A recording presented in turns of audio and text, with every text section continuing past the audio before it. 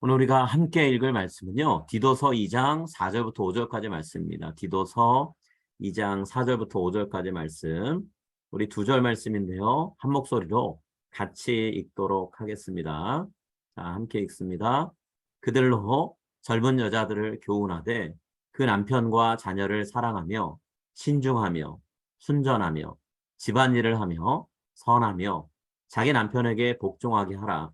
이는 하나님의 말씀이 비방을 받지 않게 하려 함이라. 아멘. 오늘은 젊은 여성도들을 위한 교훈이라는 제목으로 같이 말씀을 나눴으면 합니다. 디도서 2장 4절부터 5절은 교회를 섬기고 있는 젊은 여성도들을 위해서 바울이 권면하라고 한 내용들을 담고 있는데요. 권면을 디도에게 직접 하라고 이야기하지 않았죠. 우리가 아까 읽었던 4절 말씀처럼 나이든 여성도들, 신앙적으로 더 성숙한 성도들에게 젊은 여성도들을 신앙 안에서 잘 인도하고 가르치라라고 당부하고 있어요. 자, 나이가 많다고 해서 신앙이 성숙한 건 아니라고 말씀드렸죠. 결국에는 나이 많은 여성도들에게 젊은 여성도들을 교훈하라라는 말은 젊은 여성도들보다는 나이 든 여성도들이 신앙적으로 더 성숙해 있어야 된다는 것을 전제하고 있는 거예요. 나이가 더 많다고 해도 신앙이 어리다면 다른 성도들이 이끄는 것이 적합하지 않죠. 교회 일꾼 세울 때도 이제 막 교회에 들어온 사람들을 일꾼으로 세우지 말라라는 권면도 하고 있거든요. 네, 그런 것도 생각해 보면 우리가 나이 든 여성도들에게 신앙적으로 성숙해서 인생의 경험과 하나님의 말씀을 근거로 해서 젊은 여성도들을 잘 이끌어 주라라는 그런 의미로 이 말씀이 기록됐다는 걸 알 수가 있습니다. 오늘은 그러면 나이 든 여성도들이 젊은 여성도들에게 어떤 삶을 살라고 가르쳐야 되냐 하는 내용을 얘기를 할 거예요. 바울은 이 2장 4절부터 5절까지 짧은 구절에서 총 7가지의 여성도들의 젊은 여성도들을 위한 교훈을 주고 있어요. 여성도들이 적어도 7가지의 자격, 자질은 갖고 있어야 된다는 거죠. 근데 우리가 조금 오늘 젊은 여성도들이라고 했지만 교훈의 내용을 읽어보면 젊은 여성도들 가운데도 또 그룹이 한정되어 있구나라는 걸 알 수가 있습니다. 결혼하고 자녀를 낳아서 기르고 있는 여성도들을 대상으로 권면하고 있다는 걸 알 수가 있어요. 자, 이들이 가정 안에서 어떤 삶을 살아야 되는가? 제일 먼저 언급하고 있습니다. 자, 오늘 7가지의 자질에 대한 부분을 4가지로 나눠서 우리가 같이 살펴볼 텐데요. 젊은 여성도들에게 가르쳐야 되는 첫 번째 교훈은요. 남편과 자녀들을 사랑으로 돌봐야 된다라는 것을 가르치라는 거예요. 남편과 자녀들을 사랑으로 대해라. 자, 본문 말씀에 이 내용이 있죠. 그 남편과 자녀를 사랑하며 라고 되어 있습니다. 아내로서, 어머니로서 젊은 여성도들이 가정에서 감당해야 될 일들이 참 많아요. 그렇기 때문에 가정생활이라는 것 자체가 젊은 여성도들에게 많은 헌신과 희생을 요구하죠. 희생과 헌신만 요구하나요? 참아야 되고 인내해야 되는 것도 많습니다. 결혼하기 전에는 서로가 잘 맞는다고 생각하고 함께 살기로 결심하고 한 가정을 이루죠. 근데 시간이 지나면 지날수록 남편의 모습 가운데 단점들이 자꾸만 많이 보여요. 그래서 그 단점들을 소화하는데 많은 시간과 에너지가 듭니다. 또 아이들이 커가면 커갈수록 엄마의 손이 많이 가죠. 자녀 양육이 엄마를 지치고 힘들게 만들 수 있는 고된 일이 될 수 있어요. 자, 이런 상황에서 어떻게 하는 게 좋을까? 내 마음을 어떻게 다스리고 남편과 자녀들은 어떻게 내가 돼야 될까? 때로는 젊은 여성도들이 답을 알지 못할 때가 있어요. 그럴 때 먼저 아내와 어머니의 삶을 살았던 젊은 시절을 살아왔던 나이든 여성도님들이 본인의 경험과 하나님 말씀을 깨달은 내용들을 근거로 해서 조언을 해주고 또 본을 보여준다고 하면 그게 얼마나 젊은 여성도들, 가정을 이루고 살고 있는 여성도들에게 큰 힘이 되겠어요. 혼자 가는 게 아니라 먼저 간 분들의 발자취를 따라가면서 배우는 게 많을 거잖아요. 여러분 요즘처럼 건강한 가정을 찾아보기 어려운 때도 없죠. 이 건강한 가정을 세우기 어려운 때에 그리스도인 여성도들이 사랑으로 헌신으로 온전한 가정을 이룰 수 있다고 한다면 정말 건강한 가정의 모델을 회복할 수 있다고 하면 주변에 있는 분들이 얼마나 많이 큰 영향을 받겠어요. 건강한 가정생활을 하는 것보다 역기능적인 가정을 경험한 사람들이 많잖아요. 그래서 젊은이들이 점점 더 결혼을 기피해요. 자녀 출산하는 건 더더욱 꺼리고 있고요. 그러다 보니까 뭐 미국 사회, 한국 사회 가리지 않고 점점 인구가 줄고 있거든요. 심하게는 인구 절벽의 시대가 왔다라고까지 얘기해요. 인구수가 급격히 하락하는 거죠. 또 혼자 살아가는 1인 가구의 수가 얼마나 많이 늘고 있나요? 젊은 여성 그리스도인들이 가정을 이루고 또 가정 안에서 다른 가족들과 어떻게 서로가 화목하게 지내는지 이런 모습을 보이는 게 필요하다는 거예요. 결혼과 출산에 대한 부정적인 마음을 갖고 있는 분들이 우리가 이루고 있는 가정의 모습을 통해서 뭔가 소망을 발견하고 기대하는 마음이 있다면 그들도 결혼에 대해서 자녀 출산에 대해서 자녀 양육에 대해서 부정적인 마음만 갖지는 않겠죠. 다음 때를 이어갈 수 있는 가정을 이루는 것을 기뻐하면서 마음에 품을 거라는 거예요. 자, 이런 면을 생각해 보면 가정 생활을 위해서 바울이 첫 번째로 권면한 이 남편과 자녀들을 사랑으로 돌봐라. 가정을 바로 세우라라고 하는 권면은 굉장히 중요한 거죠. 근데 가정을 아름답게 세운다는 게 또 필요한 부분들이 있죠. 어떤 부분들이 필요한가요? 가정이 무너질 수 있는 이유는 다양하거든요. 그 중에 한 가지가 뭐냐면 남편과 아내가 결혼할 때 서약을 합니다. 서로가 서로 상대방만을 사랑하겠다라는 서약을 하죠. 그래서 성경은 이 결혼할 때 남편과 맺었던 결혼 서약을 그리스도인 여성들은 지켜야 된다라고 말하고 있어요. 자, 그 말씀을 5절에서는 어떻게 표현하고 있냐면 신중하며 순전하며 라는 말로 표현합니다. 신중하며 순전하며. 우리가 생각할 때 신중하다는 건 어떤 결정을 내릴 때 섣불리 내리지 않는 진지하게 생각하는 모습을 생각할 수 있는데요. 여기서 얘기하는 신중하며 라는 건 다른 의미가 있습니다. 자, 헬라어, 그리스 말로 소프로노스라는 단어인데요. 자, 스스로 절제하는 마음, 이런 의미가 있고요. 여성들에게 이 단어가 사용될 땐 성적으로 타락하지 않는다, 성적으로 부정을 저지르지 않는다, 그런 의미를 담고 있어요. 그러니까 성적인 면에 초점을 맞춘 그런 표현이라고 할 수 있죠. 자, 이것과 연관된 단어가 순전하며 라는 표현이에요, 또. 자, 순전하다, 하그노스라는 단어인데요. 이 단어도 두 가지 의미가 있습니다. 제사를 지낼 때 제사장으로서 자신을 정결하게 하는 모습도 있고요. 또 성적으로 순결을 지키는 것을 의미하기도 합니다. 남편과 아내의 결혼 서약은 분명해요. 오직 당신만을 내가 사랑하겠습니다. 다른 남자, 다른 여자에게는 내가 눈을 돌리지 않겠습니다. 라고 얘기하죠. 요새 젊은 크리스천들이 많이 부르는 찬양 중에 이쉬가 이샤에게라는 그런 찬양이 있는데요. 그 가사에도 당신만을 사랑하겠소라고 하는 그런 가사 내용이 있거든요. 자, 이쉬야. 이쉬는 히브리 말로 남자라는 뜻이고 이쉬야는 여자란 뜻이에요. 그러니까 남자가 여자에게인데 히브리 말로 쓴 건데요. 아담과 하와가 서로 결혼할 때 서로를 바라보면서 가졌던 눈, 혹은 하나님이 결혼이라는 귀한 제도를 세우시면서 주셨던 말씀에 근거한 내용을 가사로 담고 있어요. 오직 한 사람만을 사랑하겠다. 이 약속을 하고 결혼하지만 종종 우리가 살아가면서 이 약속이 지켜지지 않는 것을 볼 때가 있어요. 남편이 나를 사랑해주지 않을 때 남편을 대신해서 나를 살갑게 대해주고 다정하게 대해줄 멋진 누군가를 갈망하곤 할 때가 있다는 거, 유혹인 거죠. 자, 마음에 유혹이 생기고 갈망이 생기는 것, 이것은 어찌 보면 여기까지는 그래도 괜찮다 혹 말할 수 있을지 모르겠어요. 그런데 그것이 실제 행동으로 옮겨지는 순간 위험한 일이 벌어지죠. 불륜이라고 하는 것이 벌어집니다.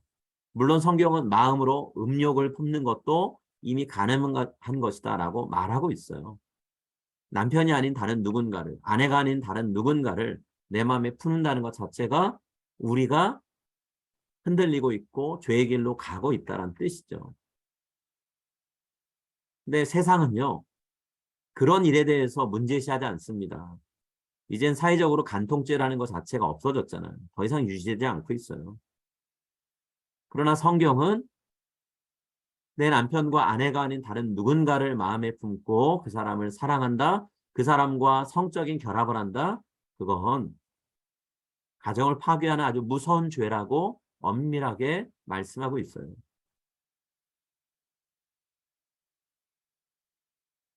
여러분, 부부가 정서적으로 한마음이 되지 못하면 성적인 결합도 이루어지지 않죠.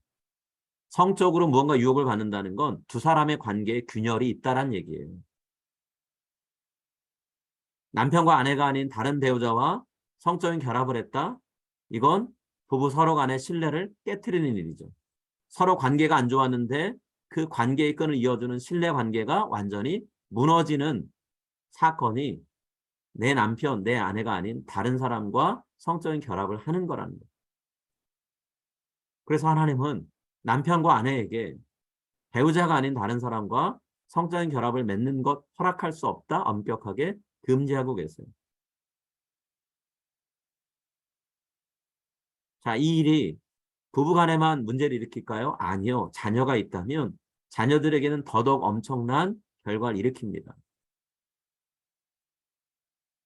부부가 서로 별거 하는 거, 따로 사는 거, 그것만이 아니라 자녀들은 그런 부모들을 바라보면서 결혼이라는 것은 아름답지 않고 남녀 관계라는 것은 남녀 관계에 있는 사랑이라는 건 믿을 수 없는 것이다라고 하는 부정적인 이미지를 준다는 거예요. 그래서 그 아이들이 자라갔을 때 남편의 역할, 아내의 역할이 무엇인지 배울 수도 없고 남편과 아내가 서로 사랑하면서 아름다운 가정을 이루는 것을 마음으로 꿈꿀 수 없다라는 거예요. 그런 가정들이 점점 늘고 있어요. 이런 시간을, 이런 시대를 살고 있기 때문에 오늘 성경 말씀은 옛날도 마찬가지고 지금도 마찬가지고 우리에게 적용되는 말씀하고 있죠. 젊은 여성도들, 아내가 되어 부모가 어머니가 되어서 살아가는 여성도들에게 하나님이 허락하신 결혼, 가정을 힘써 지키라라는 의미로 오늘 말씀에서 두 가지 얘기한 거예요. 신중하라, 순전하라 라고 말씀한 거예요.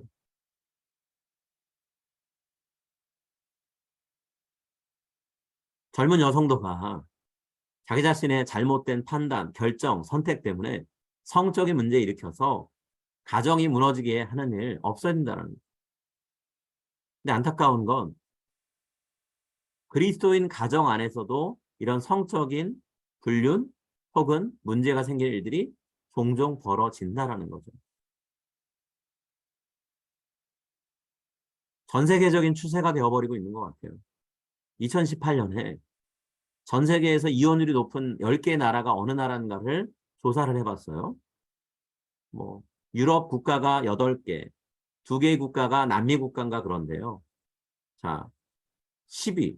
가장 낮은 10개 국가 중에서 가장 낮은 순위인 10위 국가의 이혼율이 얼마일까요? 이 조사에 의하면 이혼 비율이 50%가 넘는다고 돼 있어요. 절반이 넘는 가정들이 이혼으로 무너지고 있다는 얘기죠.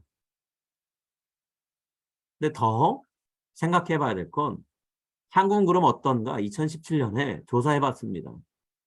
이혼을 하는 평균 남자와 여자의 나이가 얼마인가를 조사해 봤어요. 그랬더니 남자들은 보통 이혼하는 연령대가 47.6세래요. 그리고 여자들은 44.0세래요.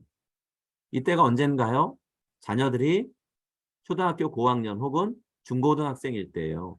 한창 청소년기를 지나면서 감수성 예민할 때죠. 그런 때 부모가 불화하고 이혼하는 걸 보는 거예요. 이런 시기에 부모가 다투고 갈등 일으키다가 결국엔 갈라서는 걸 보면 아이들이 어떤 마음을 가질까요? 한창 감수성이 예민한 아이들에게 어떤 영향을 미칠까요? 결혼과 가정생활에 대해서 부정적인 이미지를 갖게 되는 건 너무나 자연스러운 결과로 나타난다는 거예요. 아이들에게 가장 따뜻하고 아이들에게 가장 신뢰할 수 있는 공간이 가정이 되어야 되는데 그렇지 못한 것이 가정이고 결혼이라는 인식을 심어주는 거죠. 여러분 우리 그리스도인들은 세상과 구별된 삶을 살라고 부름받은 사람들이잖아요. 그런 삶을 거룩한 삶이라고 얘기하죠. 하나님이 직접 세운 기관 두 곳이 있죠. 가정과 교회인데요. 가정을 하나님이 직접 세우셨다면 왜 그러셨겠어요? 그만큼 이 땅에서 살아가는 데 있어서 가정의 역할이 중요하기 때문이겠죠. 하나님이 직접 의도적으로 세우신 기관 중에 하나인 가정을 우리가 안전하게 지키는 건 그리스도인으로서 마땅히 해야 될 일이라는 거예요. 세상 사람들이 가정이 무너지고 있다. 가정이 별로 자신의 삶에서 중요하지 않다라고 생각하며 살아가지만 우리는 하나님이 세우신 귀한 제도, 공동체, 가정을 잘 지켜야 된다는 거예요. 우리에게 그런 사명이 있습니다. 오늘 젊은 여성도들에게 바울은 이 중요성을 꼭 가르쳐야 된다라고 말씀하고 있어요. 그 다음으로 주는 권면이 뭔가요? 자, 바울은 젊은 여성도들에게 가정을 잘 돌보는 데 힘쏟도록 하라라고 가르치라고 했어요. 잘못된 일을 안 저지르면 끝나냐? 그게 아니라는 거죠. 가정이 건강해질 수 있도록 잘 힘써서 돌보라는 거예요. 자, 이 말씀을 5절에서는 집안일을 하며 선하며 라고 말씀합니다. 집안일을 하며 선하며. 자, 두 구절을 서로 이었는데요. 자, 이 둘은 연결했을 때 이렇게 읽을 수 있어요. 집안일을 충실히 감당하는 것이 선한 일이다 라고 읽을 수 있습니다. 네, 집안일만큼 고된 일 없죠. 아내분들이 하는 말 있잖아요. 돌아서기만 하면 여기도 집안일 저기도 집안일 쌓인 게 집안일이다 라고 말합니다. 아침에 남편들 출근하는 거 돕고 아이들 등교하는 거 챙겨주다 보면 어느새 뒤돌아보면 싱크에 설거지감 잔뜩 모여있죠. 또 설거지 해놓고 잠깐 소파에 앉아 쉰다 싶으면 또 빨래통 들여다보면 벗어놓은 빨래들이 오죽이나 많은지 또 그것도 빨래통에 넣고 돌려야 되고요. 자, 그렇게 해서 하면 또 집안에 정리할 것들이 여기저기 있죠. 그래서 집안 청소 정리 좀 하다 보면 하루가 거의 다 저물어서 이제 가족들이 돌아와요. 그럼 또 가족들 위해서 저녁 상을 준비하고 나면 잠자리에 들 시간이 되죠. 그렇게 하루가 계속 가는 것들을 보게 돼요. 수고하고 많이 힘써야 되는 일들인데요. 여러분 이런 일들이 필요한 이유가 뭘까요? 고된 일이긴 하지만 하나님 허락하신 가정 또 그 안에 있는 구성원들 우리 가족들을 각자가 주어진 자리에서 처한 자리에서 충실하게 감당해야 될 일들을 잘 책임질 수 있도록 힘을 주는 일, 도움을 주는 일이 이 가정을 돌보는 일이잖아요. 일상적으로 행해지는 가정 일, 가사가 그런 원동력이 되는 거죠. 물론 오늘 본 말씀이 아내들 향해서 말씀했다고 해서 아내들만 이런 역할을 해야 된다라고 하는 건 아니에요. 가족들이 서로 힘을 모아서 할 수 있는 한 분담하고 서로 협력해서 가정 일을 돌봐야 되겠죠. 오늘 말씀은 그 중심에 아내가 있다는 것, 엄마가 있어야 된다는 것을 기억하라라고 말하고 있는 거예요.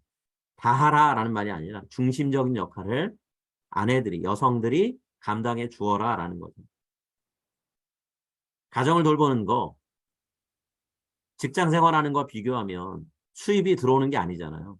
그러다 보니까 우리의 인식 가운데 가정일은 티도 안 나는데 이 일보다는 나가서 돈이 되거나 수입이 있는 일을 하는 게 더 가치 있는 게 아닐까라고 생각하는데 오늘 바울은 가정에서 일어나는 일, 가사를 돌보는 것이 직장에서 일하거나 사회적으로 뭔가 영향력을 끼치는 것과 비교했을 때 그것보다 중요도에 있어서 덜하지 않다는 것, 그것을 잊지 말라라는 것을 말씀하고 있어요. 그럼 가정에서 모든 일들이 일어납니다. 이 세상을 책임질 일꾼들이 정서적으로, 육체적으로, 영적으로 준비되는 곳이 가정이에요. 그렇기 때문에 가정을 잘 돌보는 일, 이 일은 중요하다는 거예요. 어머니가 아이들이 집으로 돌아왔을 때 기다리고 있다가 따뜻하게 맞아주는 것, 이것만큼 중요한 일이 없습니다. 아이들에겐 자신들이 집으로 돌아왔을 때 나를 맞아줄 누군가 있다는 것. 다른 가족들이 하루 동안의 일을 마치고 돌아왔을 때 누군가 맞아줄 사람이 있다는 것, 굉장히 정서적으로 안정감을 주거든요. 아이들이 건강하게 자랄 수 있는, 가족들이 건강하게 생활할 수 있는 원동력이랍니다. 오늘 바울은 그런 어머니, 아내 역할, 가정을 돌보는 사람의 중요도를 기억하면서 그 일에 힘을 쏟으라라고 말하고 있어요. 일이 무너질 때 아이들이 마음이 불안정하고 가족들이 정서적으로 안정되지 않는 것들을 보는 거예요. 그래서 바울은 가정을 세우는 일에 여성도들이 힘을 쏟아달라고 권면하고 있고, 먼저 인생을 살아간 나이 든 여성도들에게 그 일의 중요성을 가르치라고 말씀하고 있어요. 자, 네 번째, 바울이 젊은 여성도들에게 잘 권면하고 가르치라고 하는 내용이 뭘까요? 남편의 권위를 인정하며 살도록 하라는 거예요. 남편의 권위를 인정하면서 살도록 가르치라. 자, 5절 말씀 마지막 부분에 어떻게 되어 있나요? 자기 남편에게 복종하게 하라라고 되어 있습니다. 성경은 남편을 아내의 머리라고 얘기하죠. 가정의 머리라고 얘기합니다. 이 말을 자칫 오해하면 남편이 아내를 마음대로 해도 된다라는 뜻으로 이해할 수 있어요. 머리가 지시하는 대로 손과 발이 움직이니까요. 그렇다면 남편이 지시하면 아내는 무조건 따라야 된다라고 할 수 있는데, 그런 관계를 얘기하는 건 아니죠. 남편은 머리로서 명령을 내리는 위치에, 권위적으로 뭔가를 하는 위치에 있다. 그것보다 더 먼저 생각해야 되겠죠. 예수님이 우리를 위해 자신의 생명을 내어주신 것처럼 아내와 자녀들을 사랑하는 헌신된 사랑의 실천가가 돼야 되는 거예요. 그게 먼저예요. 자, 그러나 지금 이 말씀은 아내에게 주신 말씀이죠. 남편과 아내의 관계에서 아내가 남편의 권위를 존중해 줘야 된다는 거예요. 남편이 믿음이 없다 하더라도, 남편이 인정받을 만한 위치에 있지 않더라도 하더라도 남편을 존중해 주는 것, 인정해 주는 것이 필요하다는 거예요. 남편들에게는 자신이 존중받지 못하는 것에 대해서 굉장히 상실감, 절망감을 갖고 있습니다. 그렇기 때문에 하나님이 남자들을 지으실 때에 존중받는 것에 대한 의미를 부여하는 그 습성, 그 성품에 대해서 인정하고 가라는 거예요. 자, 그렇게 하려면 아내들에게 필요한 자세가 있습니다. 그게 뭐냐면 남편에게 복종하는 자세. 자, 복종한다는 게 어떤 의미일까요? 히포타소메나스라는 단어인데요. 자, 이건 억지로 하는 불종이 아니고요. 자발적으로 순종하는 거예요. 자발적으로 복종하는 거예요. 아내인 내가 남편을 섬기겠다라는 마음으로 스스로 자신을 낮추고 남편을 섬기는 거예요. 자, 남편이 강요해서 내가 따른다. 그것은 성경이 얘기하고 있는 복종하라라는 의미가 아니라는 거예요. 물론 이런 말 할 수 있을 거예요. 남편이 인격적이고 사랑을 한없이 베풀어주는 그런 남자라면 아내인 내가 뭐 말하지 않아도 자연스럽게 내 남편 사랑하고 섬기지 않겠냐라고 말할 수 있습니다. 근데 현실을 보면 모든 남편들이 그런 건 아니잖아요. 또 똑같은 남편도요. 어떤 때는 인격적이고 사랑이 넘치는 모습을 보이지만 또 어떤 때는 굉장히 비인격적이고 사랑이 부족한 모습을 보일 때도 있어요. 아예 그런 모습이 없는 사람도 있지만 때에 따라 달라지는 경우도 있다는 거예요. 자, 그러면 비인격적이고 사랑이 넘치는 사람이 아니라면, 그런 모습으로 나를 대하지 않는다면 아내인 나는 어떻게 해야 될까? 오늘 바울은요. 예수를 믿는 그리스도인 아내들에게, 젊은 여성도들에게 일반적으로 사람들이 할 수 있는 반응을 뛰어넘는 반응을 할 것을 요구하고 있어요. 그리스도인은 달라야 되지 않습니까? 이런 상황에 처했을 때 우리 그리스도인들, 아내들은 좀 더 다른 모습을 보이는 것이 필요합니다. 그게 자발적인 순종을 의미하는 복종하라라는 말에 써 있는 표현이에요. 남편이 나를 대해주는 것만큼 대해주겠다. 그건 여러분 예수 믿지 않는 아내들도 할 수 있는 모습이에요. 남편과 다르게 대응하는 거, 이건 신앙적으로 성숙한 아내들만 할 수 있는 거예요. 받은 대로 되갚아준다가 아니라 받은 것이 부족하지만 내가 그 이상으로 하겠다라는 거예요. 그것이 예수님이 품으셨던 마음이잖아요. 배신하고 부인하고 떠나고 도망가고 하는 제자들을 품으셨던 예수님의 마음을 본받는 거예요. 성숙한 그리스도인이 되었을 때 될 수 있는 일이에요. 자, 이 말은 복종한다는 건 우리의 신앙을 드러낼 수 있는 가장 중요한 시간이 되는 거죠. 나에게 잘해주는 남편 잘 섬기는 거 예수 믿지 않는 아내들도 할 수 있지만, 그러나 내 남편이 내가 원하는 것만큼 사랑해주지 않고 나를 잘 대해주지 않는다 하더라도 내가 내 남편을 사랑하는 마음으로, 예수님을 사랑하는 것처럼 사랑하는 마음으로 내가 존중하고 섬기겠다. 그런 마음을 갖고 살라는 거예요. 여러분, 젊은 여성도들이 바울이 권면한 이 네 가지의 말씀들대로 산다고 하면 어떤 일들이 벌어질까요? 어떤 결과들이 일어날 수 있을까요?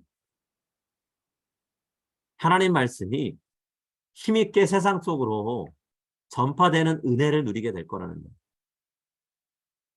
가정생활에 충실하고 가족들을 성실히 섬기는 그 모습이 우리가 입을 열어서 전도하고 선포하는 복음의 힘을 실어줄 거라는 거죠. 복음의 신빙성을 더해줄 거라는 거예요. 자, 5절 하반절 말씀에 이런 말씀이 있습니다. 이는 하나님의 말씀이 비방을 받지 않게 하려 함이라. 자, 이 말씀 부정적인 의미로 되어 있어요. 왜 아내들에게, 젊은 여성도들에게 순전해라, 신중해라, 남편과 자녀들을 사랑해라, 그들을 섬겨라, 복종해라 라고 말했을까요? 그렇게 살지 않으면 하나님의 말씀이 비방을 받기 때문이라는 거예요. 그러니 하나님의 말씀이 비박받지 않도록 하려면 우리가 젊은 여성도들이 바울의 권면처럼 살아야 된다는 거예요. 5절에 있는 하나님 말씀이 뭘 의미할까요? 예수 그리스도의 복음을 의미하는 거예요. 예수 그리스도의 복음이 비방을 받는다는 건 어떤 의미일까요? 자, 비방받는다. 이 말씀은 프라스페메오라는 단어인데요. 나쁜 평판 듣고 욕 듣고 망신당하는 거예요. 야, 너 이 예수 믿는 사람들 복음이 복된 소식이라 그러더니 야, 복된 소식을 듣고 알고 누리고 있다는 너네들 사는 거 보니, 너희 가정을 보니 나는 그렇게 살고 싶지 않다. 이렇게 사람들이 말하게 만드는 거예요. 우리가 다른 사람들한테 열심히 애를 써서 예수님을 믿자고, 예수님 좋은 분이라고 소개했다고 가정을 하자고요. 다른 사람들이 그 말을 듣고 우리가 하는 말에 대해서 저 말을 내가 믿어도 될까? 저 말을 내가 믿고 수용하면 정말 나한테 유익한 일이 있을까? 이걸 어떻게 확신하고 결정할 수 있을까요? 우리가 살아가는 일상적인 모습을 보면서 우리가 한 말에 대해서, 우리가 전도한 것에 대해서 신빙성을 둘지 말지를 결정하게 돼요. 우리가 어떤 사람인가, 우리가 어떤 삶을 사는 사람인가가 우리가 전한 하나님의 말씀에 대한 신빙성을 사람들이 갖느냐 마느냐를 결정짓게 된다는 거예요. 반대로 신뢰하지 못하게 만들 때가 훨씬 더 많은 겁니다. 우리가 가족들을 어떻게 대하는지, 학교나 직장에서 어떻게 일하는지 이런 모습들을 보고 사람들은 평가하는 거예요. 여성도들이 남편과 자녀들을 어떻게 사랑하고 섬기는지 그 모습을 보면서 우리가 혹여라도 예수님 믿는 사람이라는 걸 드러내고 누구에게 예수 믿기를 원합니다. 당신도 나랑 같이 교회 갑시다라고 했을 때 그 말이 받아들일 만한 말인지 아닌지를 결정한다는 거예요. 남편과 자녀를 사랑하는 아내, 가정의 울타리를 넘어서는 일탈을 하지 않는 순결한 아내, 가정을 성실하게 잘 돌보는 아내, 남편을 존중하는 잘 섬기는 아내의 모습을 보면서 그런 모습이 예수 그리스도가 전달되는 통로로서 잘 사용될 수 있다는 거예요. 여러분, 이런 사실을 실제로 보여주는 통계들이 있어요. 요새 교회가 참 비난 많이 받죠. 욕 많이 듣죠. 이제는 우리에게 어떻게 보면 세상의 교회를 향해서 비난의 화살을 쏟는 거 이제 이상하게 여겨지지 않을 수도 있어요. 위기감이 별로 느껴지지 않을 수도 있습니다. 근데 왜 교회가 그리고 우리가 하는 전도가 사회 가운데서 영향력을 끼치지 못할까요? 그 원인이 되는 한 가지를 최근에 설문을 통해서 명확하게 밝혀냈어요. 자, 2020년 1월에 기독교 윤리 실천 운동본부에서 한국에 살고 있는 주민들 1000명을 대상으로 설문조사했습니다. 인터뷰한 거예요. 여러 가지 질문들을 던지면서 어떻게 대답하는지, 어떤 사람들이 대답했는지를 확인했어요. 자, 믿지 않는 사람들을 대상으로 한 거예요. 자, 그랬을 때 한국 교회를 신뢰하십니까? 라고 물었어요. 그랬을 때 대답한 응답자의 63.9%는 한국 교회 신뢰하지 않는다라고 얘기했어요. 이 말은 무슨 뜻일까요? 한국 교회를 이루고 있는 그리스도인들, 예수 믿는 사람들이 믿을 만한 사람들, 신뢰할 만한 사람들이 아니란 대답을 한 거예요. 그렇기 때문에 그 사람들이 모인 교회 공동체에 대해서 신뢰를 주고 있지 않더라는 거죠. 믿지 못할 사람들이 전하는 메시지를 사람들이 믿고 받아들일까요? 아니죠. 전혀 그렇지 않아요. 모든 사람은요, 자기가 믿고 신뢰할 수 있는 사람이 해주는 말을 받아들여요. 채택합니다. 여러분, 그래서 우리가 음식점을 하나 가도 음식에 대해서 평가를 잘 하는 사람들 이야기를 듣고 가려고 하죠. 사진을 찍어도 평소에 사진을 찍는 걸 봤을 때 잘 찍는 사람, 그래서 믿고 맡길 수 있는 사람한테 사진 찍어달라 얘기하죠. 예수를 믿는다는 건 인생이 바뀌는 일입니다. 음식을 먹는 거, 사진 찍는 건 또 다른 차원의 중요한 일이죠. 그런 일을 결정짓는데 사람들이 못 믿어온 사람을 이야기를 듣고 결정하고 선택하겠어요? 그렇지 않아요. 믿을 만한 사람을 선택하겠죠. 어떤 사람을 믿을 만한 사람으로 생각할까요? 특정한 상황, 특별한 일에서 뭔가 대단한 일을 이룬 사람을 믿을 수 있다 얘기할까요? 물론 그럴 수도 있겠죠. 그렇지만 일상생활 사는 주변 사람들을 대할 때는요. 그 사람이 평소에 어떻게 살아가는 걸 보고 믿을 만한지 아닌지 결정해요. 오늘 바울이 교회 안에 있는 여성도들에게, 젊은 여성도들, 가정을 이루고 남편과 자녀들과 함께 살아가는 성도들에게 가정을 충실히 지키십시오. 가족들을 잘 섬기십시오. 라고 권면하는 이유가 여기 있습니다. 여러분의 일상생활이 그리스도의 복음의 신뢰를 깎아내리는 통로가 될 수도 있고 믿을 만한 메시지로 들리도록 이미지를 형성할 수도 있습니다. 그러니 여러분에게 주어진 일상생활을 충실히 살아가십시오라고 얘기하는 거예요. 여러분 믿지 않은 사람들한테만 우리가 이런 영향을 끼칠까요? 아니에요. 우리 대를 이어서 신앙생활하는 우리 자녀들도 마찬가지잖아요. 어머니 아버지의 모습을 보면서 아이들이 신앙에 대한 결정들을 짓잖아요. 그렇기 때문에 우리가 이 말씀을 그냥 흘려듣지 않았으면 합니다. 우리 자신의 평판, 그거 뛰어넘어 교회의 평판, 더 나아가서는 교회의 머리 되시고 주인 되신 예수 그리스도 하나님의 평판이 우리의 삶 때문에 깎일 수도 있고 혹은 제대로 평가받을 수도 있다는 거예요. 세상 사람이 살아가는 것과는 다른 차별화된 그리스도인 여성들의 가정생활, 결혼생활이 더더욱 필요한 시대를 살고 있습니다. 이 시대에 정말로 필요한 하나님의 사람, 그리스도인 여성들이 되시기를 이 시간 간절히 바라고요. 그런 여성도들이 가득한 우리 교회가 될 수 있도록 같이 기도하고 격려하고 같이 함께 가정생활에 대해서 우리가 서로 조언을 하고 본을 보이는 삶을 살아가는 우리 모두가 다 될 수 있기를 이 시간 간절히 바랍니다. 그래서 예수 믿는 사람의 가정은, 예수 믿는 어머니는, 예수 믿는 아내는 다르구나라고 하는 그런 이야기를 듣는 우리 모두가 잘 될 수 있기를 이 시간 간절히 소망합니다. 우리 함께 같이 기도하겠습니다.